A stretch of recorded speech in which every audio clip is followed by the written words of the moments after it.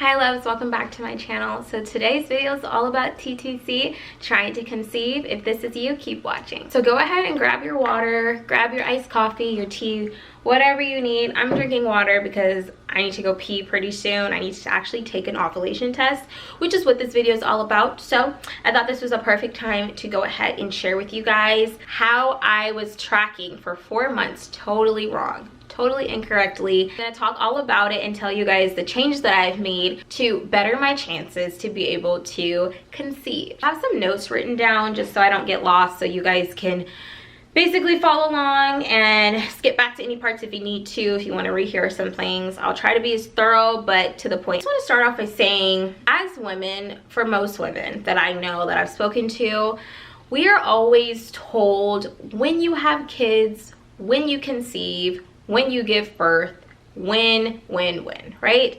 And no one ever says if you will have kids, if you will conceive, or if you will give birth. Like, that's never a thing. Like, we always, you know, are just like, oh no, it's gonna happen for you. And I know that most people are like just being, you know, positive. Like, your parents aren't like trying to scare you at a young age, and you know, your coworkers or friends and stuff as you get older aren't trying to scare you.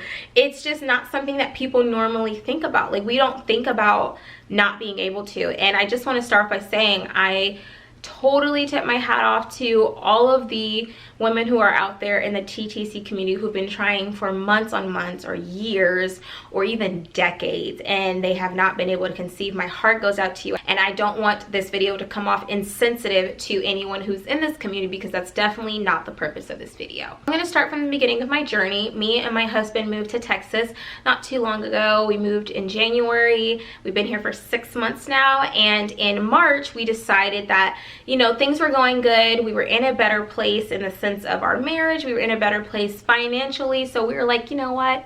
It's time. You know, we've been married for 3 years. Let's go for it now. And so we decided that March was going to be our month. And in the month of March, I kind of just went down this like rabbit hole. If you're in this TTC journey with me, you understand what I'm talking about. Started researching all of the things, watching all of the YouTube videos, reading all of the articles, all of the blogs, all of the forums, like just anything I could get my hands on the internet. I was definitely reading it, and I thought I was doing everything right. I started taking my prenatals. I started exercising moderately because I was doing a lot of heavy weightlifting, and I started just doing like brisk walking, lighter weights, you know, just trying to do things that were better for my body, not so high intensity with stress. I also started eating right. I usually eat pretty well. I just started eating even better, drinking lots of water, just doing all of the things that I thought was going to get me that baby, get me that BFP. But the mistake that I made was I did not research ovulation enough. Downloaded my period app because I was like, oh, let me start tracking my period. Mind you, I was only a month in, so that's pretty late. I mean, it's not even enough information for the app to grab intel to be able to give you a good estimate, you know, an estimate. It's not a guarantee, but an estimate of when my ovulation would start. So I thought I was doing all of the things. I thought I was tracking my ovulation, and when it came time to do the deed, which is basically have sex or baby dance, I was feeling like I am going to have this baby. I'm gonna get pregnant. And so when the first month started, we did the deed like I think 3 times that week, 3 or 4 times that week, and we were like, okay, it's gonna happen. Like, I even remember us laying down and talking about it like, oh yeah, there's definitely a baby in me. People get pregnant, you know, unexpectedly all the time, and so we were like, we're planning in this, so it's definitely gonna happen, right? No. After my ovulation week, I started my 2-week wait, my TWW,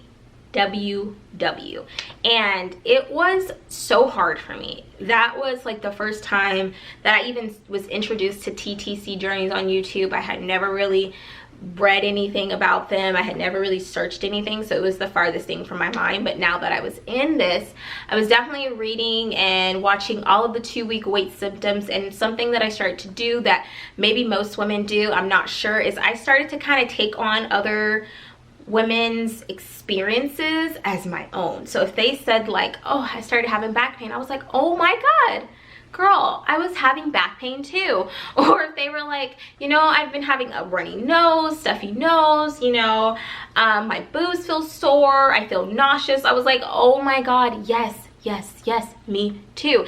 And I don't think that that's necessarily bad if, you know, you actually are feeling those, but in my case, I definitely was not feeling everything that I thought. I think a lot of it was actually just my body preparing itself for my period during my 2-week wait. And I think that's all it was, because I was feeling cramping, I was feeling all of these different things that really led to my menstrual period and like getting my body prepared for that. But in my head, it's like, no, I'm in implantation, like this is what's happening. After the 2 weeks were over, that's when I felt everything kind of just plummet down. I really was just so upset about, you know, not being able to get my positive early. I've seen all of these different girls on YouTube getting their positives at 6, 7, 8, 9, 10, 11 DPO, and I'm at 12 DPO now, and I'm just like, why haven't I got my positive? And I start searching, like every woman probably does when we really want to be pregnant, is can you be pregnant and have a late big fat positive? Can you be pregnant and still have a period? Like I thought I really believed that I was pregnant, and I really think it was my body, my mind just playing tricks on me. It turns out that I ended up getting my period. I got my period, that's when it really hit me. Everything kind of just came crashing down. I just went in like a little mini depression. I didn't want to try anymore. I was just really upset with everything, and I was just, I remember thinking, like, if people can get pregnant so easy, why can't I? Why can't I? Why can't I? And that was just the thing for me. I started to kind of think that, wait, is it me? Can I not have kids? It's always been something that I've thought about, like any other woman. When you start to think if you can conceive, you wonder, like, is there something wrong with me? Am I okay? And I realized just like I can't, like I just started to feel like that. And obviously, you know, that's not the case because I haven't seen a doctor or it has not been confirmed, and we had just started trying. But in my head, I was really going down into this deep depression. I deleted all of my YouTube history, deleted all of my Safari history. I was just like, I'm done. I don't want to see any more research. I don't want to see any more forms. Like, I'm just over it. And I deleted that because I was like, I'm not pregnant. I don't even need this. And I was just so upset. And so my husband convinced me that, you know, to try again and to like be more positive, and it's only our first month, it's gonna be okay. So I ended up trying again for month 2. That month it was very rough again. I thought I was pregnant, was not pregnant, had my period. By that time, by month 2, I was kind of like, you know what, forget the whole thing, I'm done. And so with month 3 and 4 was really just like lazy months for me, I'll say, because we weren't even really trying to conceive. And even saying trying to conceive for the last 4 months doesn't even sound right, because I tracked everything completely wrong. It doesn't even sound right to say it because I wasn't even doing it on the right days. And so we were just being really lazy. We were just like, hey, if it happens, it happens. And so by month 4, something weird started going on with my period, and I didn't even realize the 2-week wait had went by. I think we maybe had done the deed 2 times that ovulation period. Then I checked my app one day randomly, and it said my period was going to be there in 6 days. That night that I had tracked, all of a sudden I started bleeding. I was like, wait a minute, my period doesn't come until another 6 days. Why am I bleeding? I was just kind of sitting there a little stunned, looking at the tissue paper, and I was just like, okay, this is really weird. I remember calling my mom, and I was like, I'm bleeding earlier than my period, and usually they say that's what happens around implantation. So we're sitting there talking. I start doing some research later on that night and for the next couple of days, and I'm like, oh my gosh, this has to be implantation bleeding. It was light bleeding that only lasted like 2, maybe 3 days, that turned into spotting that was brown. And then also it was like just another pinkish type spotting, and then it stopped. And just to be specific, the bleeding, because some people aren't very specific about their bleeding, they just say like, oh, it was a wipe. No, mine was actually a period bleed. It wasn't heavy, and it wasn't like my normal medium flow. It was a very light flow. It's definitely a light flow, but it wasn't normal for me. I started to think maybe I'm pregnant. Like maybe this is really what's happening. And I started to do more research, and you know how that is. I just kept going down into this rabbit hole until I came to the conclusion that I am pregnant, and I had implantation bleeding. That's what it was, and that's what I'm sticking to. A couple of days later after that, I had took a pregnancy test. It was maybe 4 days after implantation, because they say you have to wait 4 days until you can get a positive. So I took a test, and it was stark negative. When I say stark negative, I didn't even need to, like, you know how you do all the things and you look into the light to see if it's a faint positive? Didn't need to do any of that. I definitely knew that in that moment I was like, okay, there's a high probability that I'm not pregnant, but no, I'm definitely pregnant. Some people get BFPs late. It's definitely me, you know. And then you start searching those videos and researching about people who get their big fat positives late, people who, you know, just find out they're pregnant after their period, or people who have a period and they're still pregnant. Like, started kind of searching that stuff because I was just really at loss for words about getting that negative. I decided to schedule a doctor's appointment. It was actually at a urgent clinic. It wasn't like a regular emergency or doctor's office, because I was just trying to go in there because I knew that I had a UTI. And so part of me was kind of thinking like, maybe the UTI affected my period.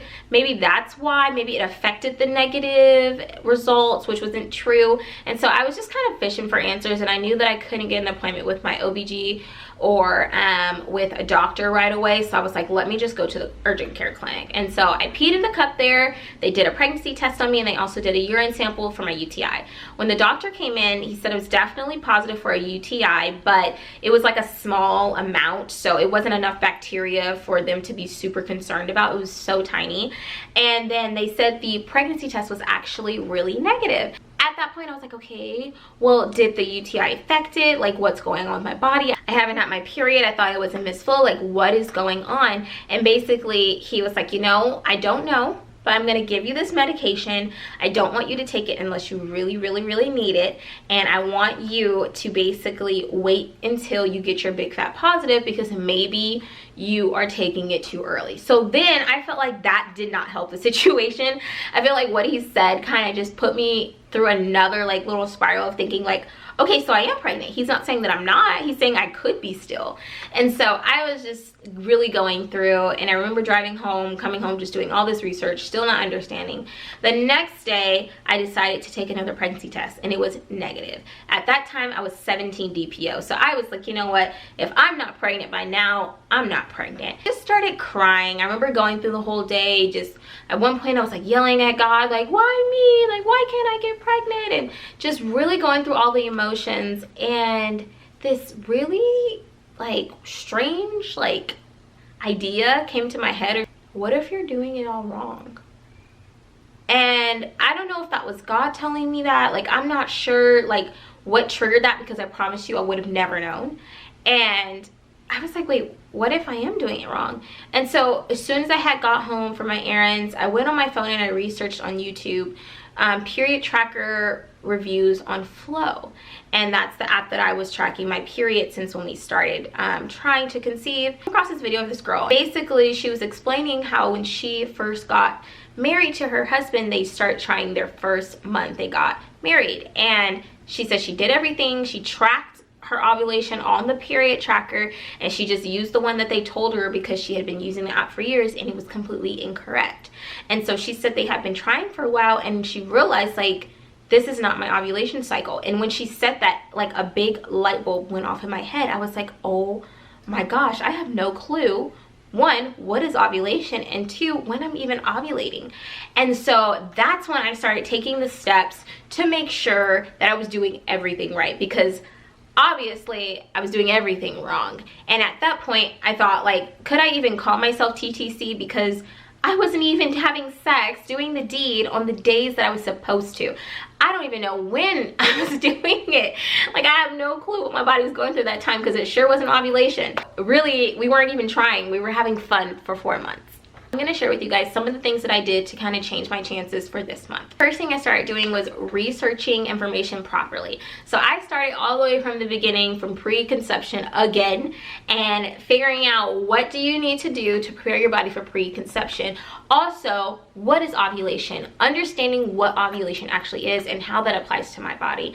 And that was the most helpful information, because then from there, I decided to get some ovulation trackers. I went down to the store. I think I just went to Walmart. They have a Equate box with, I think it's 10 ovulation sticks and then 1 pregnancy stick. So I got one of those because I was like, okay, you know, I can't order it offline, it'd be here today, so let me go ahead and get some from the store. But I did also get some offline from Amazon. It's the brand that everybody uses. I forgot what it's called, but I will link it down below as well.